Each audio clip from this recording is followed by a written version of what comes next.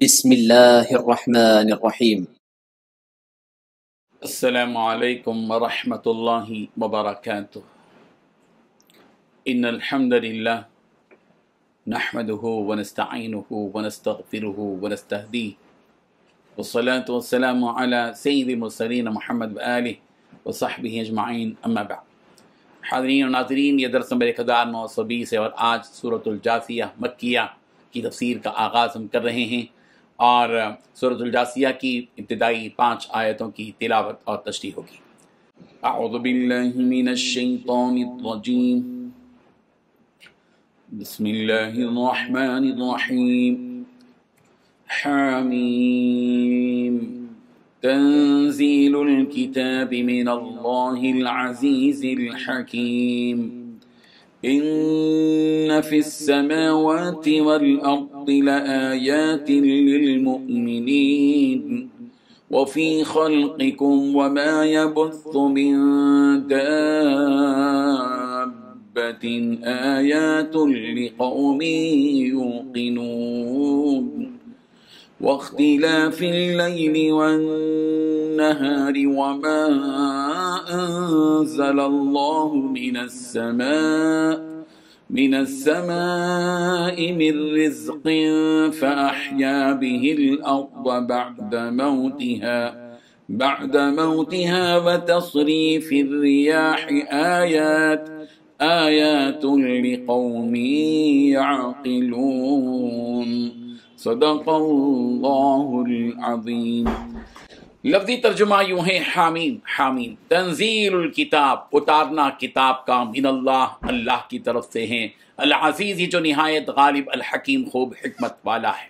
ان فی السماوات، بلا شبہ آسمانوں میں، والارض اور زمین میں، لآیات البتہ نشانیاں ہیں، للمؤمنین مومنوں کے لیے، وفی خلقکم اور تمہاری پیدائش میں، وما اور ان میں بھی جو یبث پھیلاتا ہے، من دابہ جانداروں سے، آیات نشانیاں ہیں، لقوم ان لوگوں کے لیے جو یوقنون یقین رکھتے ہیں، واختلاف اور بدل بدل کر آنے جانے میں، اللیل والنہار رات اور دن کے، وما اور اس میں جو انزل اللہ نے نازل کیا، من السماء آسمان سے، من رزق فاحیا پھر اس نے زندہ کیا بھی اس کے ذریعے سے، الارض زمین کو، بعد موتها اس کے مردہ ہو جانے کے بعد، وتصریف الریاح اور پھیرنے میں ہواؤں کے، آیات نشانیاں ہیں، لقوم ان لوگوں کے لیے جو یعقلون عقل رکھتے ہیں۔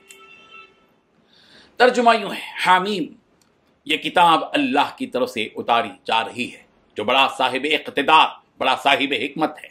حقیقت یہ ہے کہ آسمانوں اور زمین میں ماننے والوں کے لیے بہت سی نشانیاں ہیں، اور خود تمہاری پیدائش میں اور ان جانوروں میں جو اس نے زمین میں پھیلا رکھے ہیں، ان لوگوں کے لیے بڑی نشانیاں ہیں جو یقین کریں۔ نیز رات اور دن کے آنے جانے میں، اور اللہ نے آسمان سے رزق کا جو ذریعہ اتارا، پھر اس زمین کو اس کے مردہ ہو جانے کے بعد نئی زندگی دی اس میں، اور ہواؤں کی گردش میں، ان لوگوں کے لیے بڑی نشانیاں ہیں جو عقل سے کام لیں۔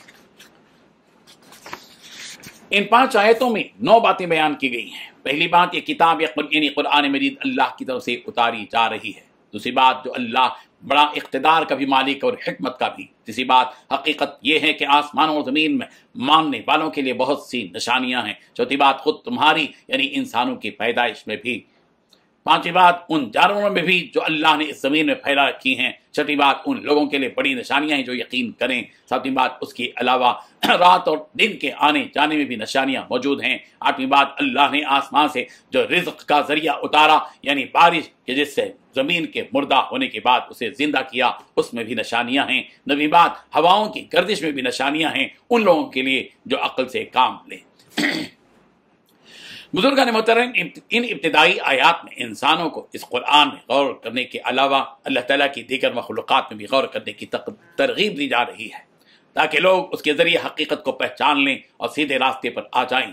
چنانچہ اللہ تبارک و تعالیٰ نے اس صورت کی شروعات میں بھی انہی حروف مقطعات سے اس کا آغاز کیا جن سے پچھلی صورتوں کی ابتدا ہوئی، یعنی حامیم، جس کے معنی اور مطلب کے سلسلے میں پچھلی صورت میں یہ بات بیان کی گئی کہ اللہ تبارک و تعالیٰ ہی اس کی حقیقت سے واقف ہے۔ اللہ تعالیٰ نے فرمایا کہ قرآن کریم کہ جس میں غور و فکر کرنے کا اللہ تعالیٰ نے حکم دیا ہے، وہ قرآن اللہ تبارک و تعالیٰ ہی کی جانب سے نازل کیا گیا ہے۔ وہ اللہ جس کا اقتدار ساری کائنات پر ہے اور جو بڑی حکمت والا ہے کہ کون سا فیصلہ کس کے لیے مناسب ہے، یہ بات وہی جانتا ہے۔ چنانچہ اس نے آسمان و زمین پیدا کیے اس سے کہ اگر کوئی سچے دل سے ایمان لانے کی نیت سے ان کی بناوٹ میں، زمین اور آسمان کی بناوٹ میں غور و فکر کرے گا کہ کس طرح اس نے اس آسمان کو بغیر ستون کے کھڑا کیا، اور کس طرح اس نے اس آسمان میں چاند، سورج، ستارے، سیارے بنائے، اور کس طرح اور کہاں سے اس آسمان سے بارش بس ہوتی ہے، اور کس طرح اس زمین سے پانی نکلتا ہے، اور کس طرح اس زمین سے مختلف قسم کی درخت اور پودے اگتے ہیں وغیرہ وغیرہ، تو یقیناً اسے اس بات کا یقین ہو جائے گا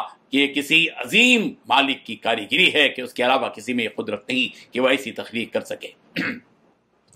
مومنوں کی قید اللہ تبارک و تعالیٰ نے یہاں اس لیے لگائی ہے کہ ان کے مزاج میں ماننے اور حق کی بات کو قبول کرنے کا جذبہ ہوتا ہے، اس لیے ان کا ذکر یہاں بطور خاص کیا گیا کہ اور جو بے ایمان ہوتا ہے وہ کبھی سامنے والے کی بات کو ماننے کا جذبہ نہیں رکھتا، حالانکہ وہ بات کتنی ہی سچی کیوں نہ ہو، اور وہ انا میں پڑا رہتا ہے، اس لیے اس کا تذکرہ یہاں نہیں کیا گیا۔ ہمیں بھی چاہیے کہ ہم بھی اپنے اندر حق کو ماننے اور اسے تسلیم کرنے کا جذبہ رکھیں۔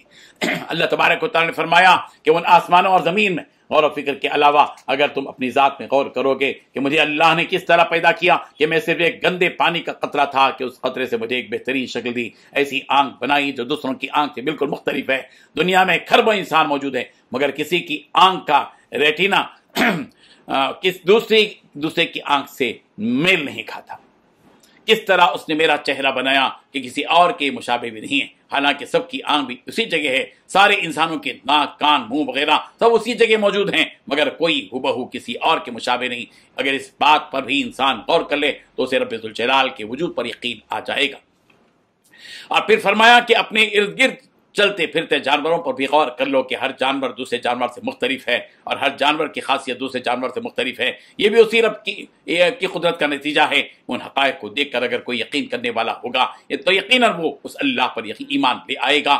پھر سے اللہ تبارک و تعالیٰ نے اسی آسمان کے بارے میں فرمایا کہ دیکھو کس طرح تم پر دن آتا ہے اور پھر رات آتی ہے، کبھی تو یہ رات لمبی ہوتی ہے تو کبھی دن کم ہو جاتا ہے، ایسا کبھی نہیں ہوا کہ صرف دن ہی دن ہو رات نہ آئے، یا صرف رات ہی رات ہو اور دن نہ آئے۔ یہ نظام بھی اللہ تبارک و تعالیٰ کی قدرت کی نشانی ہے۔ اس کے علاوہ اس آسمان سے رزق کا نزول ہوتا ہے، یعنی بارش ہوتی ہے، وہ بارش جب زمین پر گرتی ہے تو اللہ کے حکم سے تمہارے لیے وہ زمین غذائیں اگاتی ہے جسے تم کھاتے ہو۔ اس بارش کے زمین پر گرنے سے پہلے تو زمین کا حال یہ تھا کہ وہ بنجر پڑی ہوئی تھی کہ تمہیں ایک لقمہ تک میسر نہ تھا، مگر جیسے اس بارش کا نزول ہوا اسی بنجر زمین پر درخت اور کھیتی اگ گئی۔ اس کے بعد اللہ تبارک و تعالیٰ نے فرمایا کہ آسمان سے جو ہوائیں چلتی ہیں ان میں بھی بڑی نشانیاں ہیں۔ اللہ کی قدرت اور اس کے وجود کی پہچان اس طور پر ہوتی ہے کہ کبھی تو وہ ہوائیں انسان کے لیے راحت ہوتی ہیں کہ ٹھنڈی ٹھنڈی ہوائیں چلتی ہیں تو انسان اس سے راحت، سکون اور آرام محسوس کرتا ہے، لیکن اگر وہی ہوائیں تیزی کے ساتھ چلنے لگیں تو انسان خوف و دہشت کے مارے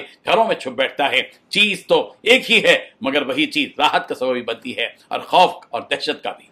ایک ہی چیز میں ان دونوں صلاحیتوں کا ہونا یقیناً یہ اللہ تبارک و تعالیٰ ہی کی قدرت ہے۔ الغرض ایمان لانے کے لیے بہت ساری نشانیاں اس دنیا میں موجود ہیں جس سے یہ بات ثابت ہو جاتی ہے کہ اس دنیا کو چلانے والا ایک رب موجود ہے۔ اگر کوئی ایمان لانے کی نیت سے اس پر غور کرے گا تو یقیناً وہ ایمان لائے گا۔ سورہ بقرہ کی آیت نمبر 164 میں بھی اللہ تبارک و تعالیٰ نے اس مضمون کو یوں بیان کیا، ان فی خلق السماوات والارض واختلاف اللیل والنہار والفلک التي تجری فی البحر بما ينفع الناس وما انزل اللہ من السماء من ماء فاحیا به الارض بعد موتها وبث فيها من كل دابة وتصريف الرياح والسحاب المسخر بين السماء والارض لآیات لقوم یعقلون۔ یقیناً آسمانوں اور زمین کی پیدائش میں، دن اور رات کے بدلنے میں، اور سمندر میں انسان کے نفع والی چیزوں کو لے کر چلنے والی کشتیوں میں، اور آسمان سے نازل ہونے والی بارش میں کہ جس بارش سے وہ رب اس زمین کو بعد اس کے کہ وہ مردہ ہو چکی تھی زندہ کیا اور زمین پر چوپائے پھیلا دیے، اور ہواؤں کے چلنے اور آسمان و زمین کے درمیان مسخر بادل کے گشت کرنے میں عقل مندوں کے لیے بڑی نشانیاں موجود ہیں۔ اللہ سبحان تیری قدرت ہے یہ، سبحان اللہ و بحمدہ، سبحان اللہ العظیم۔ اللہ تعالیٰ ہم سب کو ان آیات کو سمجھنے کی اور اس سے سبق حاصل کرنے کی توفیق عطا فرمائے۔ آمین۔ و آخر دعوانا ان الحمد للہ رب العالمین۔